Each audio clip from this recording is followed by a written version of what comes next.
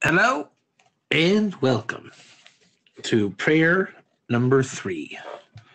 I'm your host, Rabbi David Katz. If you've been following along,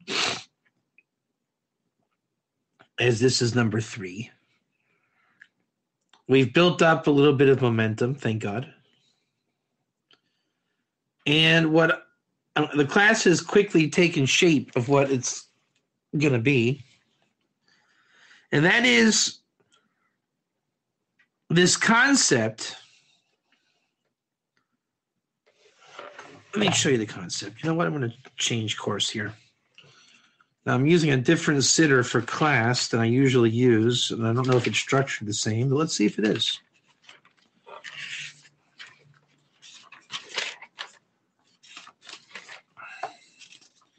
Let's see where it is in this book. I mean, like I said, I'm using a commentary sitter here.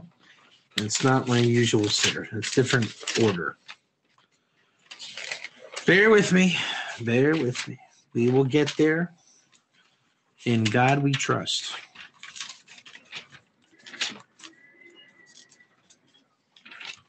All right. All right. All right. All right. All right. How you doing? There we go.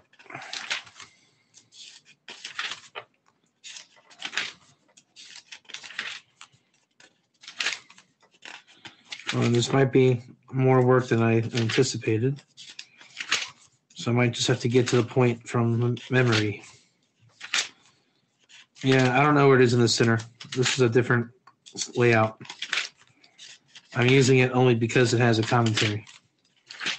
All right, so let me say it from memory, okay? There's a concept called iyun tefillah. Can everyone say that in your own personal space? As you're doing that, I'm going to again look for that source. Iyun tefillah. Iyun tefillah. What does iyun mean? Ayin, yud, vav, nun. Iyun. Everyone say that word. Iyun. Deep, investigative, in-depth. Iyun.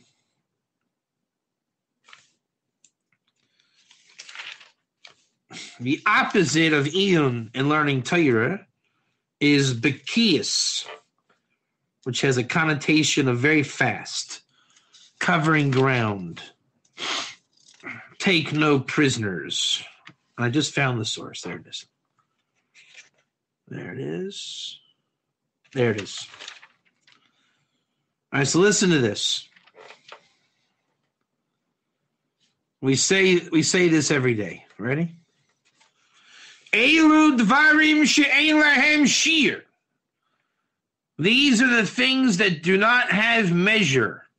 Yeah? Hapeya, which is the leftover crops in the field, which, by the way, gerim are included in that mitzvah. Vehabikurim, first fruits. Gerim are also included in that because there is a kusav in the pasuk, scripturally mentioning it particularly. The harayoin,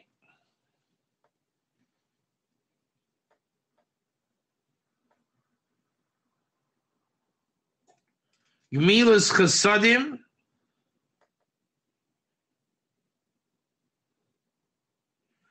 Harayon, the commentator says, 3 times in the year, Yereya, Yikol Zachurcha, as Pnei Hashem Elehecha B'Makom Asher Yivchar. It's coming for the holidays. Gemilas Chasadim, kind deeds.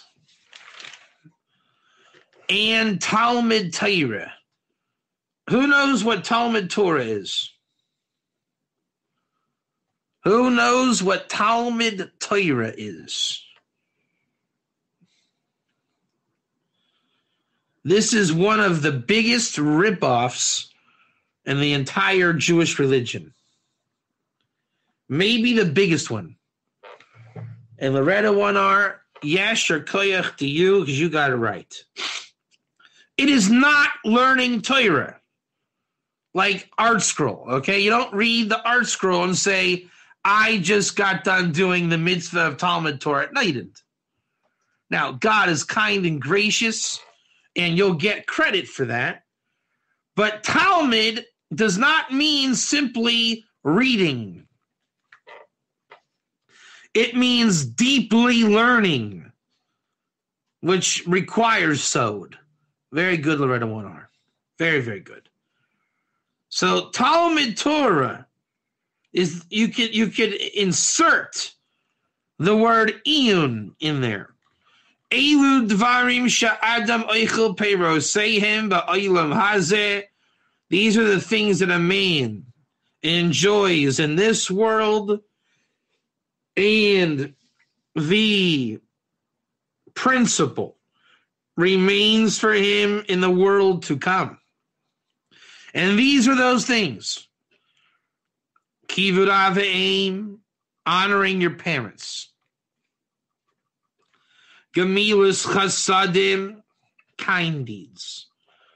Hashkamis beis hamidrish, shachris va'arvis. Waking up for not the Beit Knesset. Does not say go to synagogue. It says go to the Beis HaMidrash, where Mastama you'll daven Shachris and Mariv, and you'll chap Mincha in the middle. Some would say that I'm being nitpicky and off skew. I would say I'm being diligent to the text and focusing on the Iker terms. Now, they would say, are you saying that you can't go to synagogue and learn Art Scroll? I would say, did I say that? I would say we have a standard to live by. And that is, if you're going to learn Torah, then actually learn Torah. If you're going to go daven, go to the Beis Midrash to learn and daven. Why? Because that's what it says to do. That's what the Iker terms say to do. And from that, that's what the Torah means. If you don't know what the Torah means, you can have, well, I say can't because people would complain about that. You would have a harder time understanding the Torah if you don't know what the Torah means. Can I get a 1 or a 2 on that? It doesn't say learn Torah. It says Talmud Torah. Completely different concepts. The Torah wants you to do Talmud Torah. It doesn't want you to use the Art Scroll crutch. Does that mean it is forbidden to use Art Scroll? No. It means the Torah has a high standard. You should wake up and go to the Beis HaMidrash. It's a standard. It wants you parked there for a significant amount of time, studying deeply. The Hachnasis Orchim, escorting your guests. Obikar Choilim, visiting the sick. Hachnasis Kala, escorting the bride. Levayis Hameis, escorting the dead. Justin B., what does that sound like to you? A lot of this is the 2 angels, is it not? The accompanying 2 angels. You wake up, go to shul, daven, cater to your guests, cater to the sick, cater to those engaged in a mitzvah, cater to the dead. I imagine in your day, one of these things is going to pop up. Honor your parents, do kind deeds. This is the surest way to have those 2 angels with you. And here's the big one. Ready? Ve'iyun tefillah. What does that mean? Iyun tefillah. What does that mean? We're going to go back to that. V'hava shalom shebein adam lechavero, bringing peace between man and his fellow, ubein ish leishto, and shalom bayis. V'talmid Torah keneged kulam. See that? Does that mean that learning Torah is greater than all these mitzvahs? That is a massive misperception. One of the biggest perversions in all of Judaism. Number one, what does the word keneged mean? It means that with all of keneged means against. That all these things, there's Torah with it. Either when you're on the job or when you're learning Torah, these are the things that pop up on the job. Does that mean that you don't have to do them? You can just learn? No. It also means that you should still be doing them and just look for the Torah when you're doing it. Either way, it doesn't mean learn. It means deeply learn. And it doesn't mean just learn and just forget about these other things. These things are intertwined with deep learning. You cannot have one without the other. So what does it mean, iyun tefillah? Lechavein betfilas. Lizboinen lachshoiv kol davar kaidim sheyotziyenu mipiv. I believe Loretta 1R was talking about this today. Type 1, Loretta 1R.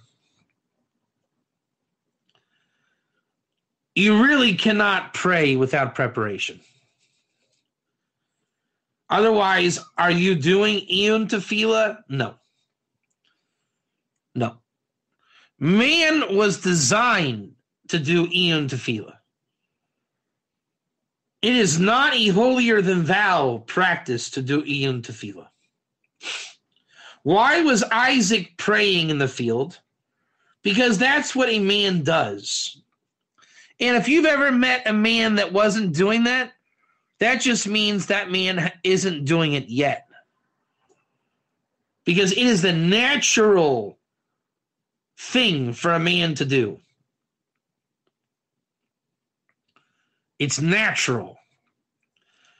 But it's the most corrupted natural devices we have.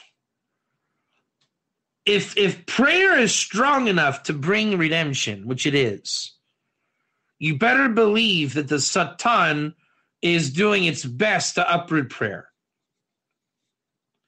There's a verse in Psalms that King David wrote about Pinchas. He stood there and prayed. With the whole episode with Pinchas in the desert, he was praying. That's what brought him his power.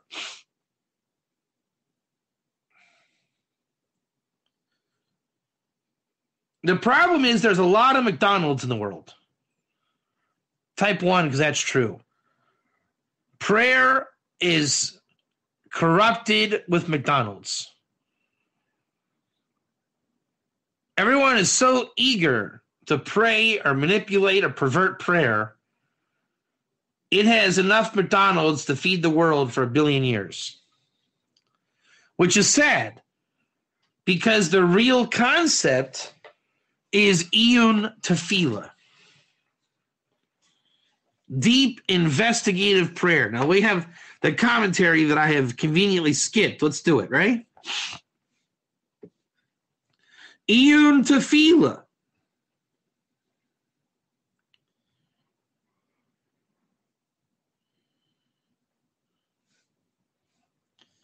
Lechavein betfilas.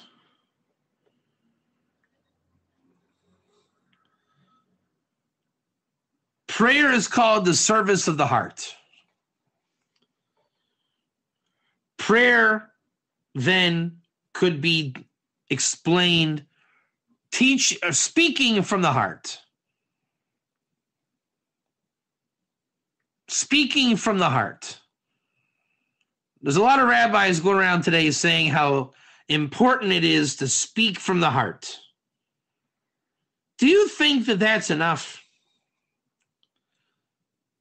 Do you really think that's what God is looking for us? God, hi, it's me again, Dave. God, I really am upset that you didn't let me get the car I wanted. God, why, God? Why can't I get what I want all the time, God? God, it's me, Davo. I want to get what I want to get, and you never let me get it. I mean, I try my hardest. I'm crying here for you, God. Okay, yada, yada. What's wrong with this picture? It does not satisfy the soul. Now, I understand it's hard to get a dialogue with God. Okay, fine. But you want to know what it means, lechavein b'tfilas? Kavana, lechavein, kavana, is when you chop.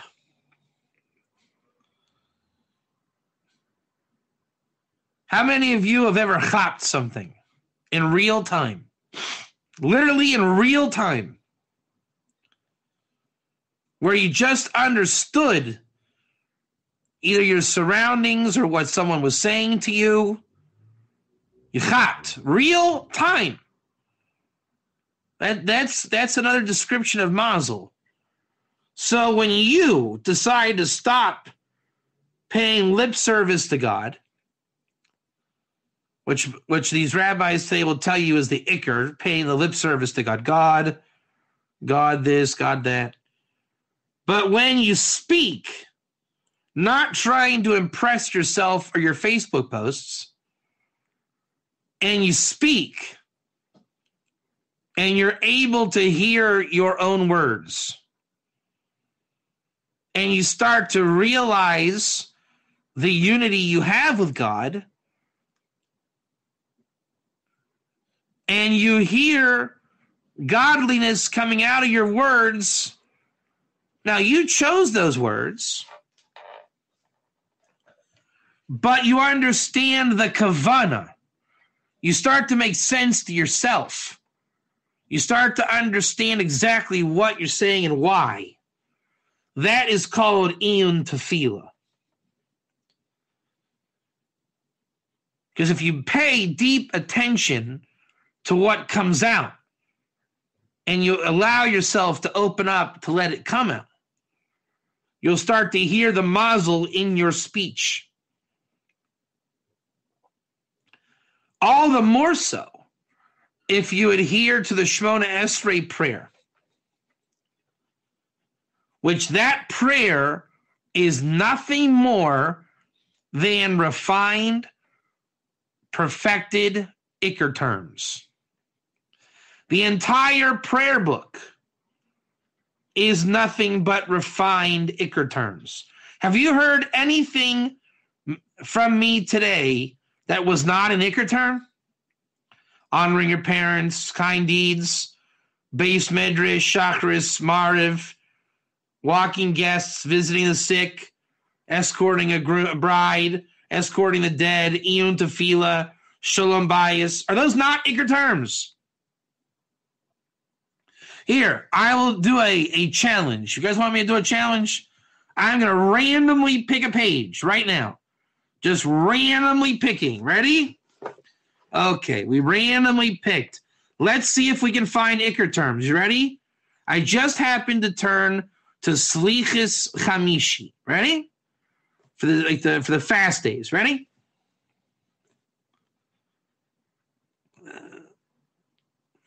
So here, the second line.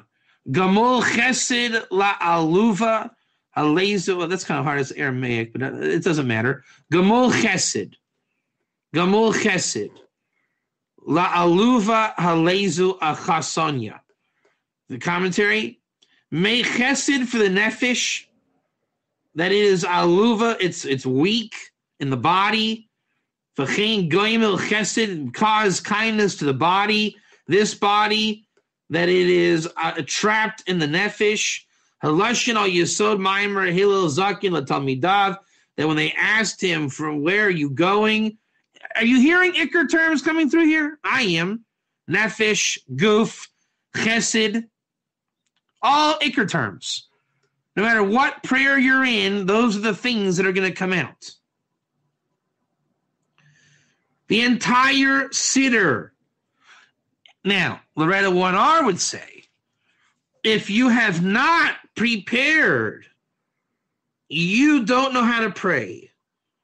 If you don't really know what chesed is, what the body is, what the nefesh is compared to the neshama, all these things that are just constantly in the prayer book, then you, my friend, are doing lip service to your Creator because you don't have any idea what you're saying. I know you want to know what you're saying.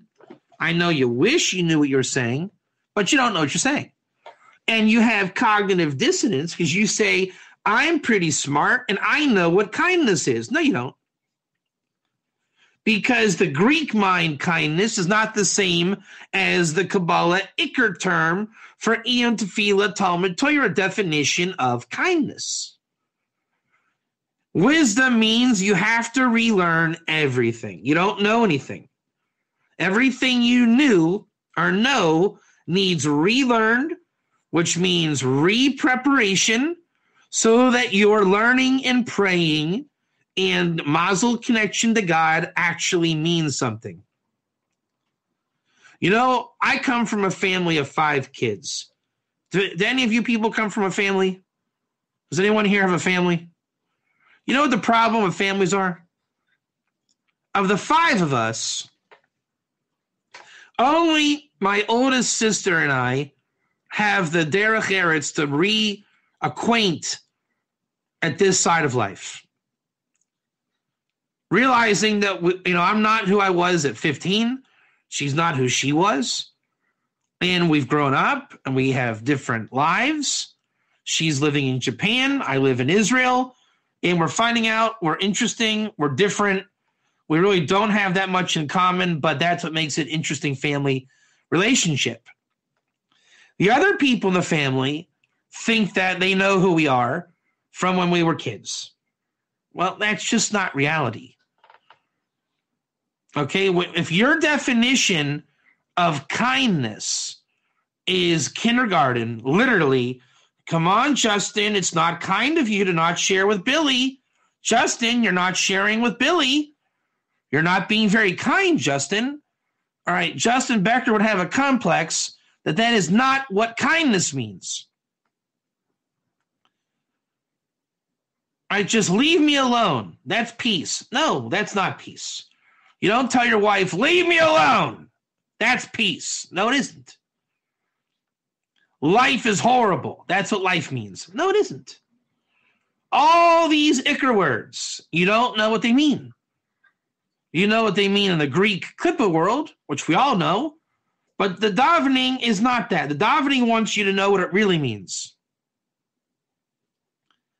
So you have to learn and study and learn the Iker terms so that you know how to pray, so that when you are in prayer and you're going pretty good, right? It's going pretty good. And all of a sudden it says, and remember, I'm making this up, right? You're praying, it's going good. And it says, God bestow your kindness as you are kind to Yaakov. How many of you would know what that meant? I know I wouldn't. I would say, what do you mean kind to Yaakov? How is God kind to Yaakov? Do you really think that the prayer is, hey, God, thanks for being a cool dude and really nice to Jacob. Thanks, man. No. So there's some kind of an Iker that God kindness Yaakov. You got that? There would be some kind of an Iker going on there. How many of you ever heard of the Magen Avraham? That Abraham, God is the shield of Abraham. I had to look that up because I don't know about you, but I don't know what a shield of Abraham even means. I don't recall using that terminology in my daily life. Well, Justin, it's been great having lunch with you. I'll pay the bill, and thank God for the Magen Avraham, Justin. Thank God for the Shield of Abraham. Yeah, cheers. I don't know what the Magen Avraham is. I had to look it up. And when you look it up, and you keep looking it up until it's a function God had with Abraham.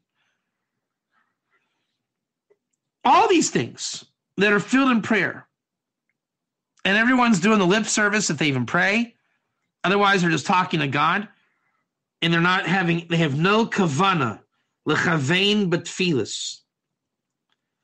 When you have a mastery of Ikar language, as the Ikar language pops up, and because Ikar language always changes, because you have to update your files. Just like on your apps for your phone. Right? If Facebook right now got a facelift, wouldn't all of you have to learn the new Facebook? Everyone would have to learn it new. I can't take this anymore. Where are the groups? Oh, you have to go to your homepage, and you got to click open groups, and that's where your groups are. Oh, shkayach, thank you. I can't find my wall. Well, that's because you're looking in the wrong place. Facebook updated itself, and you got to click on your name, and then your wall pops up. Oh, okay, shkayach, thank you. Every day you have to update your files. Because guess what? When I woke up today, Loretta was different, John was different, Justin was different, Loretta was different, and Miriam was different. How about that? Every day, these people change. They're not static cartoon characters. You got to update, learn their new language, heaven and everything else, right, Loretta? I now have to know what that means. Everyone learns new buzzwords. Everyone learns new spiritual Ikar and wisdoms. And if you don't keep up, then you're not going to be in their life because you're not going to understand them. And when they speak, you have no kavana. And they're going to get tired of you real quick. And only with wisdom can you keep up with the changes. So the more we live as people, your definitions and Ikar terms are going to change. So you think you know what kindness is, but when Justin Becker calls and says that he found a new definition of life, Chaim, or Chesed, whatever it is, and your Mayan Nukvin, your waters in your body are jumping around with excitement, you have a problem now. Because all of your davening is outdated and old. You can't daven anymore. Justin ruined it for you. Because you had a definition and he expanded on it. That means you better take Justin seriously. You better go look it up. You better figure it out. And when you come back to prayer, and it might be a little while, you might need time off. If you're serious about it. And then you put it together and you say, wow, so that's what that word means. And then you go about your business and you pray. That's called preparation. Lechavein betfilas. If you don't prepare because you are subjected to your nefesh, you're going to be a liar. And God says, he who stands before me he who lies may not stand before me. If you try to get to the internet today with Windows 3.1, will you be successful? No, you will not be successful. And you can complain all you want to your friends. Stupid internet. I got a computer. It was made by the best in 1993. I paid $4,000 for my computer. And you blame the whole world, but you're not going to get on the internet. You can assume that prayer is the internet. And you have to constantly update your files. Make your words sharp. Like any tool, words are tools. Sharp, collected, poignant, so that you can properly pray. In fact, one of the definitions of kavana is focus. Sharp precision of the mind. That's what it means, iyun tefillah. And Talmud Torah. And you know what? I was going to do a thing today, and we got on this trip, so we're going to save it for next time. But I don't want to explain this anymore. So now when we jump in next week, let's assume that we understand iyun tefillah and Talmud Torah, and the only reason why we'll revisit it is if our files get outdated. Because we're never done. You're always going to work on a definition of lechavein betfilas, Talmud Torah, iyun tefillah. At least now we're kind of getting there. Lehis boinen. What does it mean, lehis boinen? It means to meditate on the words. Ulachshov kol davar. And to consider everything before it comes out of your mouth. So as you're saying it, you're connecting to it as it leaves your mouth. That's the secret of Sefer Yetzirah, by the way. The power of creation is in the words that you speak. So when you meditate on the words that you speak, that's how you find shalom. You essentially need to be praying in a state of shalom. It's the refined state. That's why we conclude the Shemona Esrei with that word, shalom. All right, so let's stop there. I hope now we're increasing our awareness of prayer, tefillah, iyun tefillah, and it is simply, it is not enough to just speak from your heart. As contrary as that popular message is going around these days, it's not enough. Please give me the definition of ikar again. Ikar is the essence of a word that is camouflaged by the perversion of the word. John Pring is just some guy who comes to my class.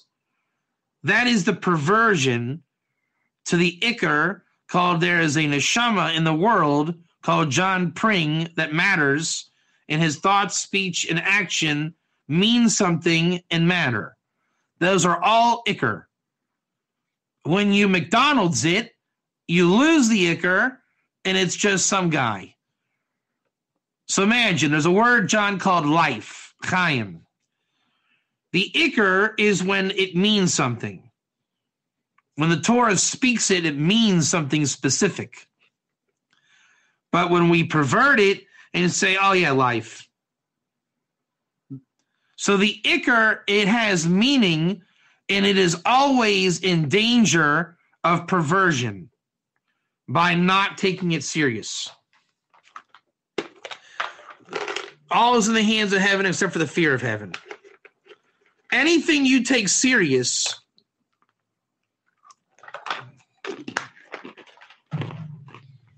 will reveal the ikar.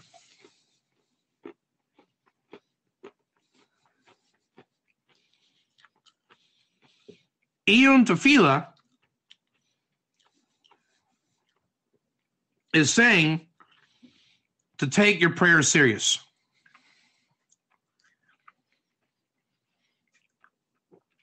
To consider everything you say. To listen to what you say. As it enters your mind, pay attention to your thoughts. Allow your own thoughts to matter. Allow your words to matter. Just speaking from the heart is like,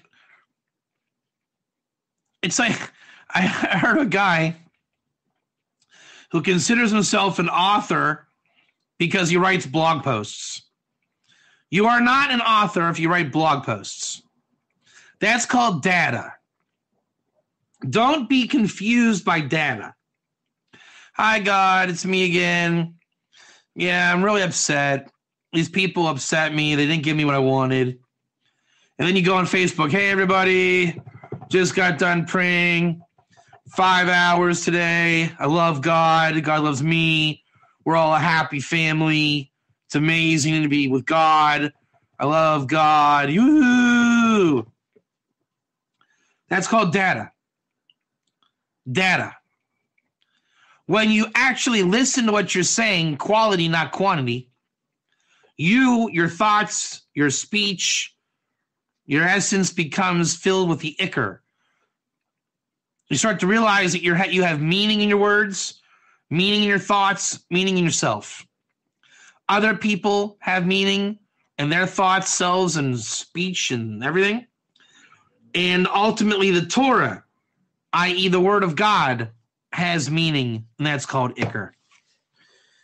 Thank you for listening. Be well.